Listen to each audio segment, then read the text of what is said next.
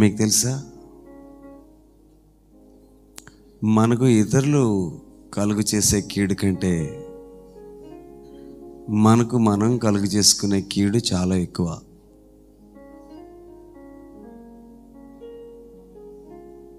In all our life మనల్ని ఎవరైనా ఎప్పుడైనా ఒక్కసారి ఏమైనా అంటారు, కానీ మన మనస్సును మాత్రం మనమే మరలా గుచ్చుకుంటూ ఉంటాం.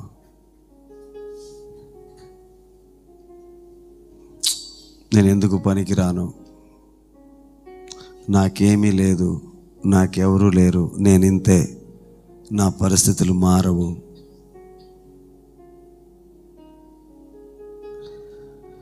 మీరు ఎవరైనా ఒక్కసారి మీకు హాని చేస్తేనే వారి గురించి మీరు చాలా కోపంగా ఉంటారు. అది మీకు న్యాయం అనిపిస్తే మీకు మీరే మనకు మనమే హాని చేసుకుంటున్నప్పుడు మన మీద మనం ఎంత కోప్పడాలి? నా మాటలు మీకు అర్థమవుతున్నాయా? ఏం అర్థమవట్లేదా? నేను సరిగానే మాట్లాడుతున్నానా? నా మాటలు అర్థమవుతున్నాయి అంటున్న వాళ్ళు కూడా చేతిని చూపించండి. Don't harm your self. మీకు మీరు ఏ హాని చేసుకోవాల్సిన అవసరం లేదు. ఎవరన్నారన్నమాట? పౌలు శీలలు చెరసాల నాయకుడు అన్నారు, నువ్వే హాని చేసుకోవాల్సిన అవసరం లేదు. మనం క్రీస్తు దగ్గరికి వచ్చాం.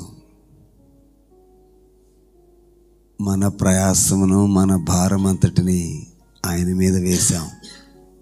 మీరు వేయలేదా? చెప్పండి, మీరు వేయలేదా? మాకు అది కూడా తెలుస్తున్నట్లేదు పాస్టర్ గారు అన్నట్లుగా చూస్తున్నారు. చెప్పండి, వేయలేదా?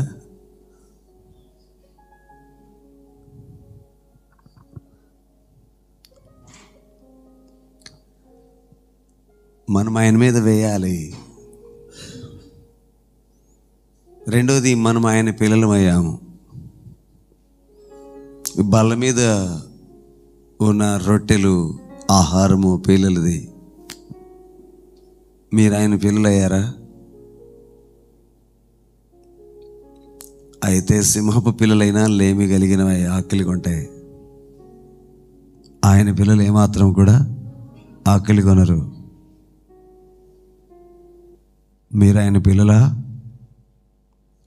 అయితే మీకు స్వాస్థ్యం ఉన్నది. స్వాస్థ్యము అనడి అన్నమాట.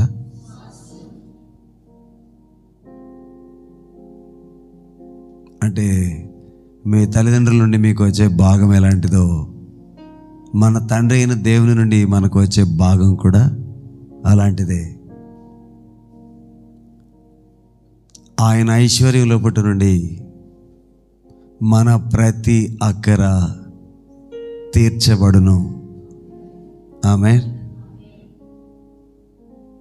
మీరు మీ పిల్లలకు శ్రేష్టమైనవి ఇస్తారు.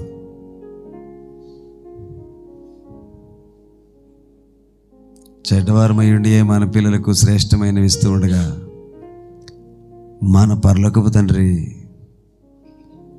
మనకు శ్రేష్టమైన వాటిని ఇస్తాడు. ఏమంటారు మీరు? ఏమో నాకు నమ్మకం లేదంటారా? నాన్న చెప్పండి. సమస్య ఎక్కడుందంటే ఇన్ అవర్ యాటిట్యూడ్, మన ఆలోచన విధానంలో. దేవునికి స్తోత్రం. ఏమన్నాను? ఎక్కడ? మన ఆలోచన విధానంలో. మన ఆలోచనలు మారాలి, అవి దేవునితో ట్యూన్ అవ్వాలి.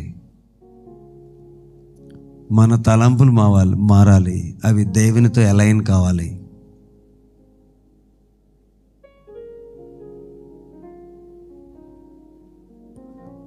అప్పటి వరకు క్రైస్తవుడు ఫ్లక్చువేషన్స్ ఫేస్ చేస్తూనే ఉంటాడు.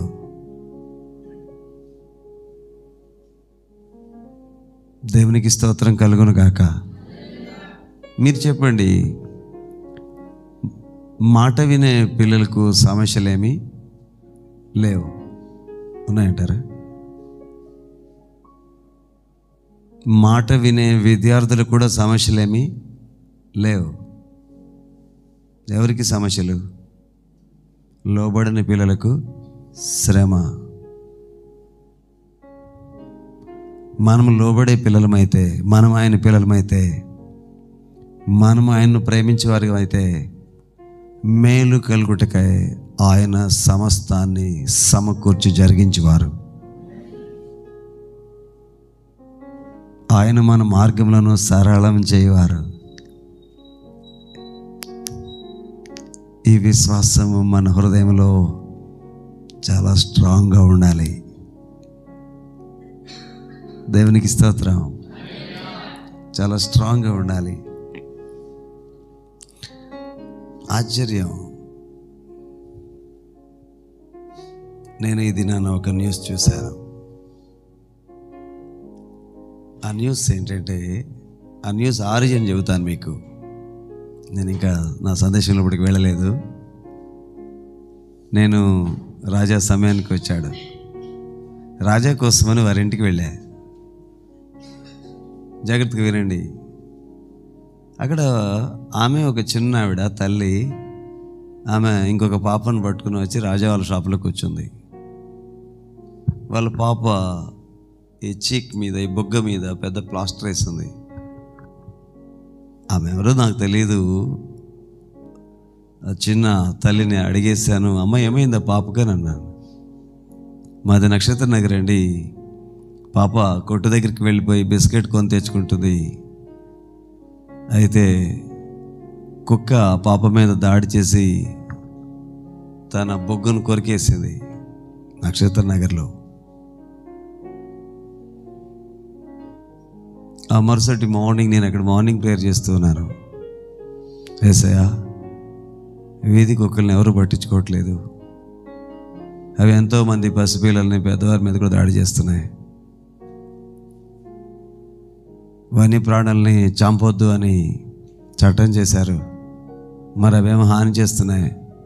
మీరేం చేస్తారో తెలియదు నాయన. వీధి కుక్కలన్నీ చచ్చిపోవాలి. నేను ప్రార్థన చేశాను. కంప్యూటర్ దగ్గర వర్క్ చేసుకుంటున్నా.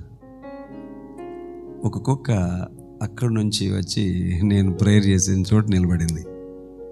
కంప్యూటర్ దగ్గర వర్క్ చేసుకుంటున్నట్టు. నిజం, ఎగదాలి కాదు. సేమ్ డే నేను ప్రార్థన చేసి వెళ్ళాను. అక్కడ కంప్యూటర్ దగ్గర వర్క్ చేసుకుంటున్నాను. కుక్క వచ్చి నేను ప్రార్థన చేసిన దగ్గర చైర్ వైపు చూసి ఇలా చూస్తుంది. నేను అనుకున్నాను, దగ్గర పడింది.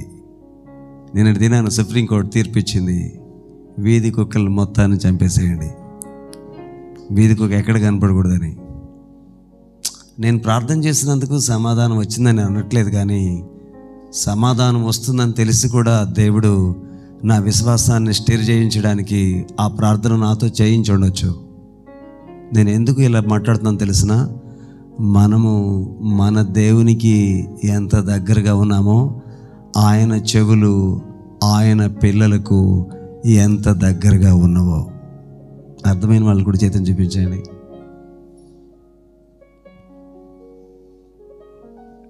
దించి ఒకసారి నవ్వండి. అవును కదా అని అనుకోండి ఒకసారి.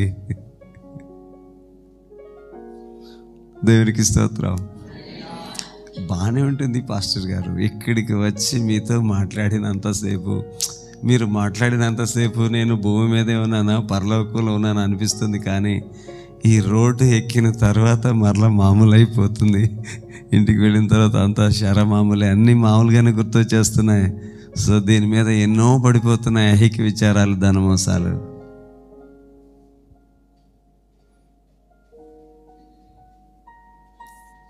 దేవునికి స్తోత్రం కలుగును గాక. Please operate your minds, operate your councils. మీరు అలా ఉండొద్దు, నవ్వుతూ ఉండండి,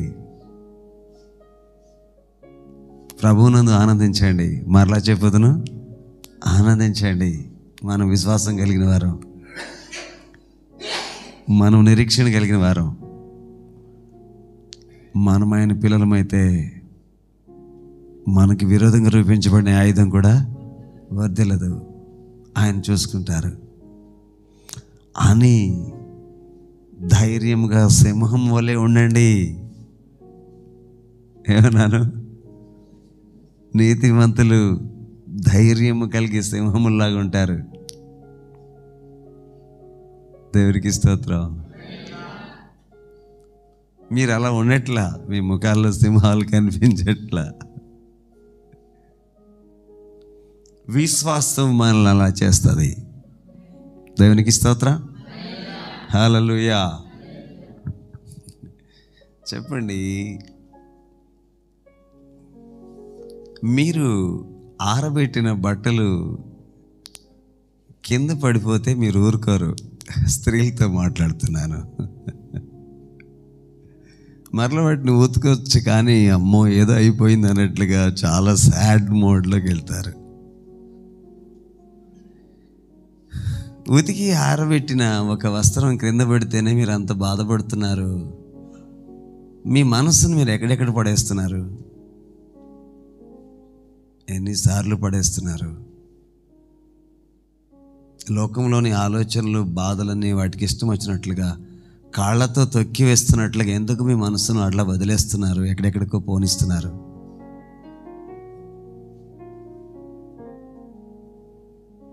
కొంతమందికి చెప్పుల మీద మట్టి పడినా చాలా చికాకుగా ఉంటుంది. నాలాంటి వాళ్ళకి చెప్పుల మీద మట్టి పడితేనే మీకు అంత చికాకు అనిపిస్తూ ఉంటే మీ మనస్సుల మీద ఏదో పడరాని దాన్ని ఎందుకు పండిస్తున్నారు? ఎందుకు కాపాడట్లేదు?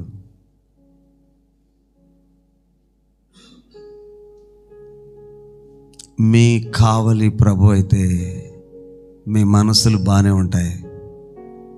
మీ కావలి ఎవరన్నా అయితే మనసులు బాగోవు. Please operate your minds. దయచేసి మీ మైండ్స్ని మీరు ఆపరేట్ చేయండి.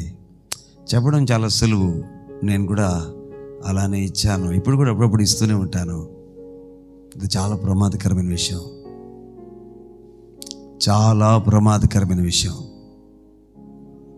ఓకే, మీరు దేవుని సన్నిధికి వచ్చినప్పుడల్లా, దేవుని సన్నిధికి వచ్చినప్పుడే కాదు, 24 గంటలు 30 దినాలు 365 రోజులు హ్యాపీగా ఉండండి. మీలో ఎవడు చింతించి తన ఎత్తుడును మూరెడు ఎక్కువ చేసుకోడు.